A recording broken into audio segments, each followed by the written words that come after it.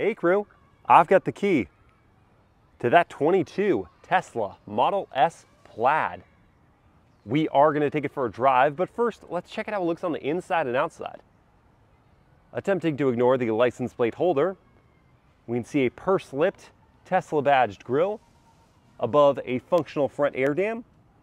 There are also functional ducts at the corners to send cool air to the front brakes and tires. LED fog lights are here. LED projector headlights above that with LED DRLs around them. This one is painted in solid black. From the side, we see a set of optional 21-inch Arachnid wheels wrapped in Michelin Pilot Sport 4S tires, great rubber, 255 section front and 295 at the rear. From within those wheels are black painted calipers clamping on ventilated 15-inch front rotors and 14.4-inch rear. There are black door mirrors, black window trim, and flush door handles. Stepping back to look at the profile, here in its low ride height, the Model S Plaid sits tight on its wheels and looks ready for action. At the back are darkened taillight housings over the LED taillights. The Plaid gets a carbon fiber lip spoiler and integrated blacked out diffuser. Overall, yeah, the Model S has looked largely the same for the last 10 years, but the tweaks they've made over time, and particularly the Plaid model, has real curb appeal. Let's check out the interior. To open up, you just press on the door handles and they deploy. You can see the frameless windows. Looking inside, this Plaid is clad in the cream-colored premium interior with perforated leatherette seats with black piping. The rear seats are heated. On the doors, it's a mix of black on cream leatherette, matte carbon fiber trim. You get your door release button, one touch up-down windows, and a 22-speaker sound system as standard. The carpets are pretty thick. Behind my own seat, at 6 feet tall, I've got good knee room. The foot pockets are narrow though to slide my feet under, and the high floor where the battery's underneath means my knees are pitched up at quite the angle. I do have headroom. That's always great. There's an 8-inch touchscreen infotainment back here where you can watch Netflix or trigger on your 4-zone climate control system and listen to music. There are 2 USB-C ports down there. The flat floor means I can slide into the middle seat easily and still fit, so 3 full-size adults can make it work in the second row. There's an armrest that comes down with 2 cup holders. There's some matte carbon fiber here, a dual wireless charging pad, and a bit of storage underneath the padded armrest. Quite a lot to like in the second row here, including the fixed glass roof, which is tinted on this car. Like the windows, you also get that suede wrapped headliner. Yeah, only thing I don't love is the knee angle. Let's check out the front. Door close noise. Wow, that's very solid. I was expecting some rattle. Up front, we have heated and ventilated chairs with power adjustments, Model S tread plates, aluminum foot pedals, same materials on the front doors as the rear. If we want to pop the trunk, hit this button here, and that releases the hatch style opening. Inside we find 28 cubic feet of space, and if you want to fold down the rear seats, pull these tabs and press forward to expand your storage options. Furthermore, there's storage under the floor. It's a pretty deep cubby at that. And then last but not least, there is a front trunk. There is a power close button on the hatch, and it comes down quickly. Charge port door is here. Press on that, it opens up. The charge rate for the Model S Plaid via a 250 kilowatt supercharger, it can go from 10 to 80% in about 28 minutes, or a level 2 charger should replenish the battery overnight. Up front, of course, we have the controversial yoke style steering. Was going to say wheel, but it's clearly not. You have your turn signal settings here, headlights, wipers, and then these reconfigurable dials to control everything from your mirror adjustments to the tilt and telescope of the wheel to your song selection. There's a 12.3-inch digital gauge cluster, matte carbon fiber trim, stitched leatherette up on the dashboard, and then a 17-inch touchscreen infotainment that is just the fastest system I've ever used. It has lots of useful features. The only two problems with it are, one, it doesn't have Apple CarPlay or Android Auto, and two, it doesn't have any physical button redundancies for even things like climate settings, so it takes at least 2 taps to increase or decrease your fan speed or further focus to adjust the direction of the airflow. So it could be distracting if you don't know this system really, really well. Below it is a dual wireless charging pad. Then you've got matte carbon fiber trim with some storage underneath, 2 cup holders, padded armrest under which we find deeper console storage. And then visibility is mostly good. You do have some blind spots at the C-pillars, but there are blind spot monitors and cameras. This cabin, the Model S cabin, has finally moved into the luxury space for me, beyond just premium, with all these features. I just think that it's missing leather seats and maybe some other tactile details that would push it further into the German luxury space. But this car, the Plaid, is really about the drive, so let's go take it.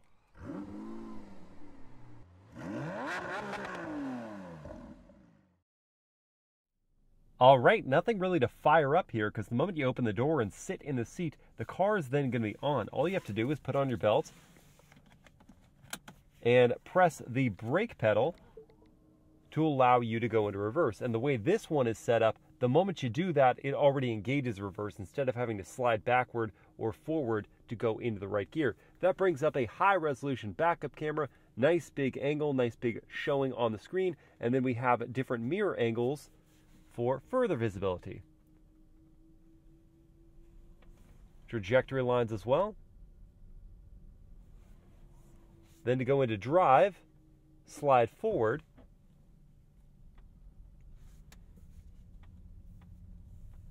And we will do a turning radius test, bringing up the cameras once again.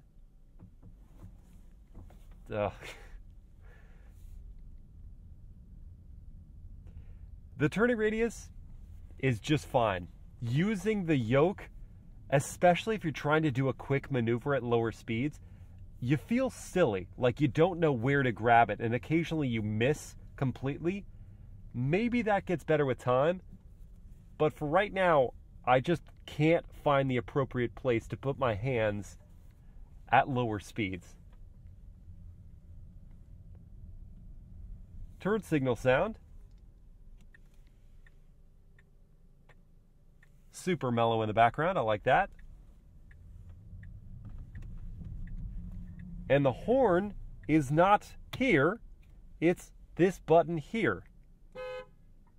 And it's quite loud. The problem with having the horn here instead of here, where you expect it to be, is that in a panic situation where you might grab here to honk at someone, that's going to do nothing. So you really have to train your brain to, by default, tap that button there. And I think that would take the average person a long time to retrain coming out of a normal car. Now, while we're sitting here, I'll show that we are in the chill acceleration mode. Our steering is set to sport. Let's move it to standard. And the suspension is in the comfort setting for the adaptive dampers. We also are in the low ride height, and I have it set where it's by default in low ride height. We're just going to improve your aerodynamics and therefore improve your range. What is the range of the Model S Plaid? Well, the max range is 396 miles at 100% charge. We're sitting here at 93%. What is the powertrain in the Model S Plaid? 3 electric motors, 1 at the front axle, 2 at the rear, paired with a 99.3 kilowatt hour battery pack. The combined output is, ready yourself, 1,020 horsepower and 1,050 pound-feet of torque. Oh my gosh, that's bonkers. Yet right now, in the chill acceleration setting, it's so easy to access the daily driving performance.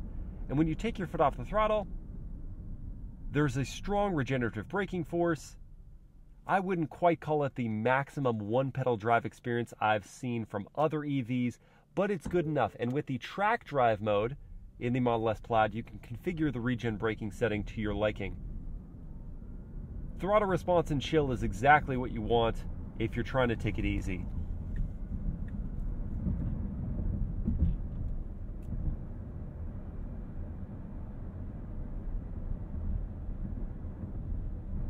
Ride quality is excellent.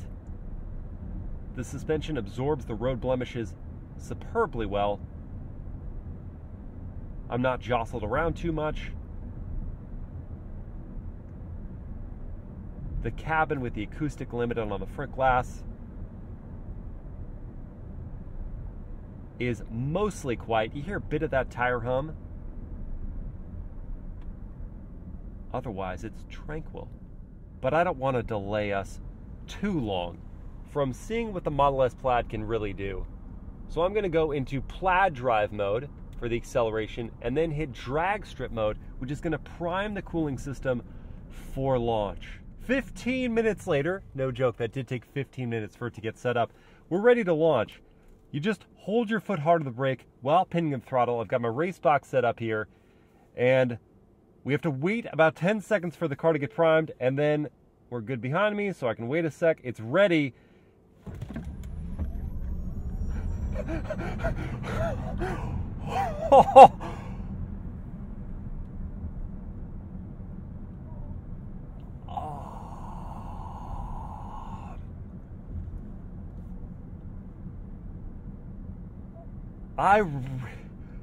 I ran out of air. I ran out of air from that launch. 2.2 seconds. And independent tests have seen quicker. They've seen 2 or even potentially less than 2 seconds. That was the hardest G-force I've ever felt in my entire life. Oh my gosh. Wow.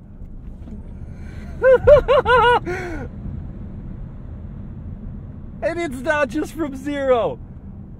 Oh, the mid-range is... God, I can't...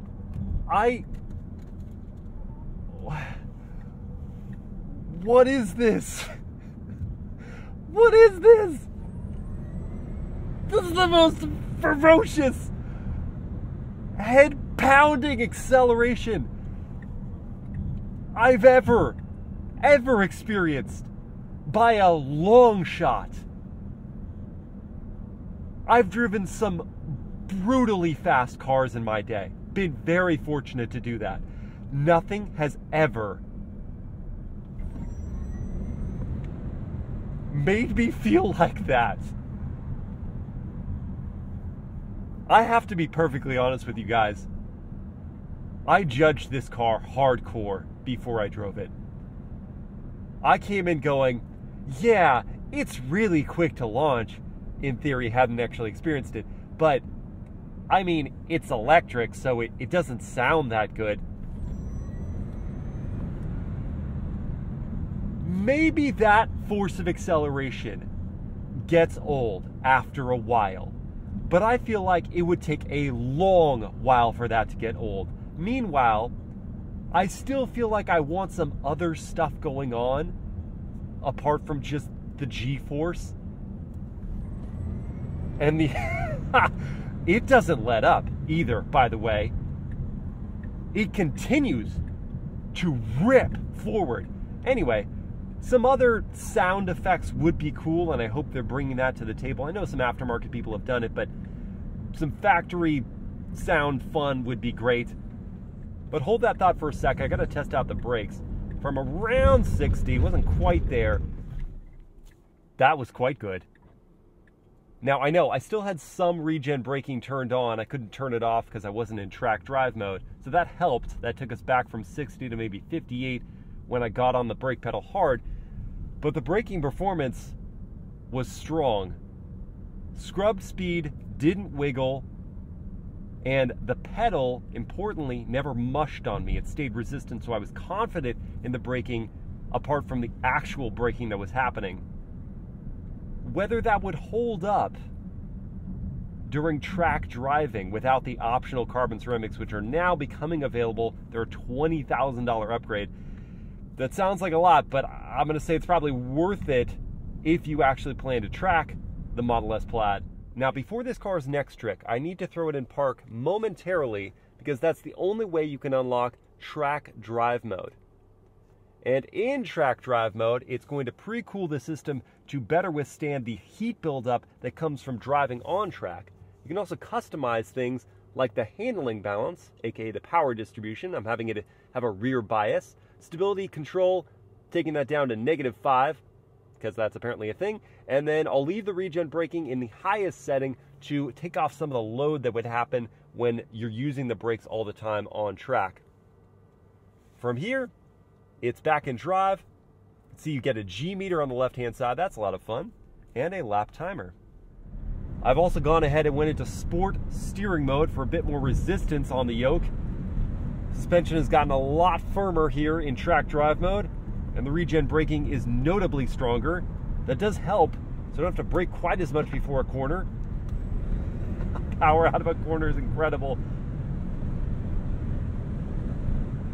Not a load of feedback through the yoke, but it's not totally dead, and it's quick to turn in.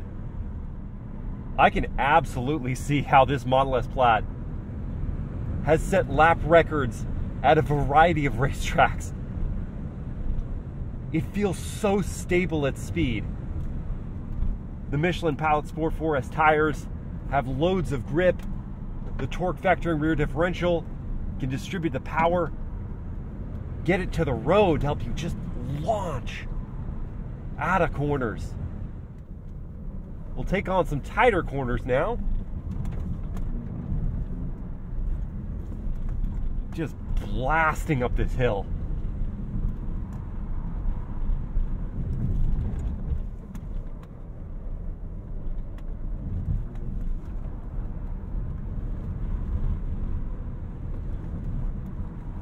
Insane speeds this thing is capable of.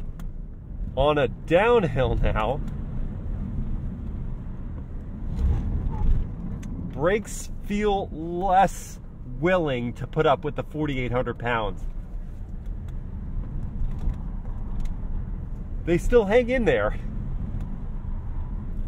but because the regen isn't enough to fight off the force of gravity, they've hit their limit. Let's pop it out of track drive mode now and diagnose what I feel like are the only two flaws to the Plaid's performance. One, the brakes get hot. That could be cured by the very expensive carbon ceramic brake option, where you have better resistance to heat buildup, so more consistent braking in a track driving environment. The other one though, like we experienced at low speeds in a parking lot where it was awkward to have to move your hands around the yoke wheel, it's not a wheel, the yoke thing, you could have that same problem in a low speed corner like a hairpin on track where the hand over hand isn't enough to turn the wheels. That's an issue. If this was a variable ratio rack like Lexus figured out with the RZ, then the close ratio could mean that less input on the steering wheel would mean more result from the turning of the tires. That would be great on track, and it would be great in a parking lot situation. Everything else about how the Plaid performed, though, was sublime. Now we need to talk about pricing and competition for this car. If you want to hop into the Model S long range with its 412-mile range and 670 horsepower, that's going to cost you $106,000, but if you want the Plaid, it's $137,000. And this one, as tested, is $145,000. The range, if you want to check in, we're at 55% charge, so that's a decrease of 38% from our start at 93%. That seems like a lot, but we have covered, I want to say, 35 miles, and a good portion was some aggressive maneuvers in both drag strip mode and track drive mode. So I don't think that's unreasonable. Couple cars you'd compete against. The Porsche Taycan Turbo S, which is $186,000 to start. It makes 750 horsepower. That's a cool feature, by the way. It dings when the light goes green. 750 horsepower. It gets to 60 in 2.4 seconds. The range is just 222 miles, though. And then we have the Lucid Air Dream Edition. That one is $170,000 to start. It makes 1,111 horsepower. It gets to 60 in 2.5 seconds. And the range is a whopping 451 miles. Ooh, you know what? Let's activate autopilot. There we go. Activated, and follows the curvature of the road. If you want to see more of the autopilot features, and if you want to hear the sound system, watch my PUV night drive, by the way. Okay, back to the competition. The Model S Plaid has the second best range, the lowest starting figure by a fair chunk, and the quickest acceleration. I think it looks good on the outside, it has great features on the inside. It does need some leather and some other touch points to kind of elevate it to what I feel like the Lucid Air Dream's incredible cabin is like. And I feel like the Taycan Turbo S, with its more traditional steering wheel, has much better steering feel and is just more dynamic in a track driving environment. That's not to say this car isn't, it just has a little more. I feel like this car is the best value out there. It has great features, it's an incredible performer, excellent range, just insane acceleration. I'm gonna go back and watch my reaction. I'm pretty sure I'm gonna feel embarrassed because there was a little bit of terror in me as I was accelerating. If you guys have enjoyed this PUV drive review, if you did, please like, comment, and share the video. Subscribe to the channel, hit that bell to get notified, and I'll see you next time. That's chill acceleration right there.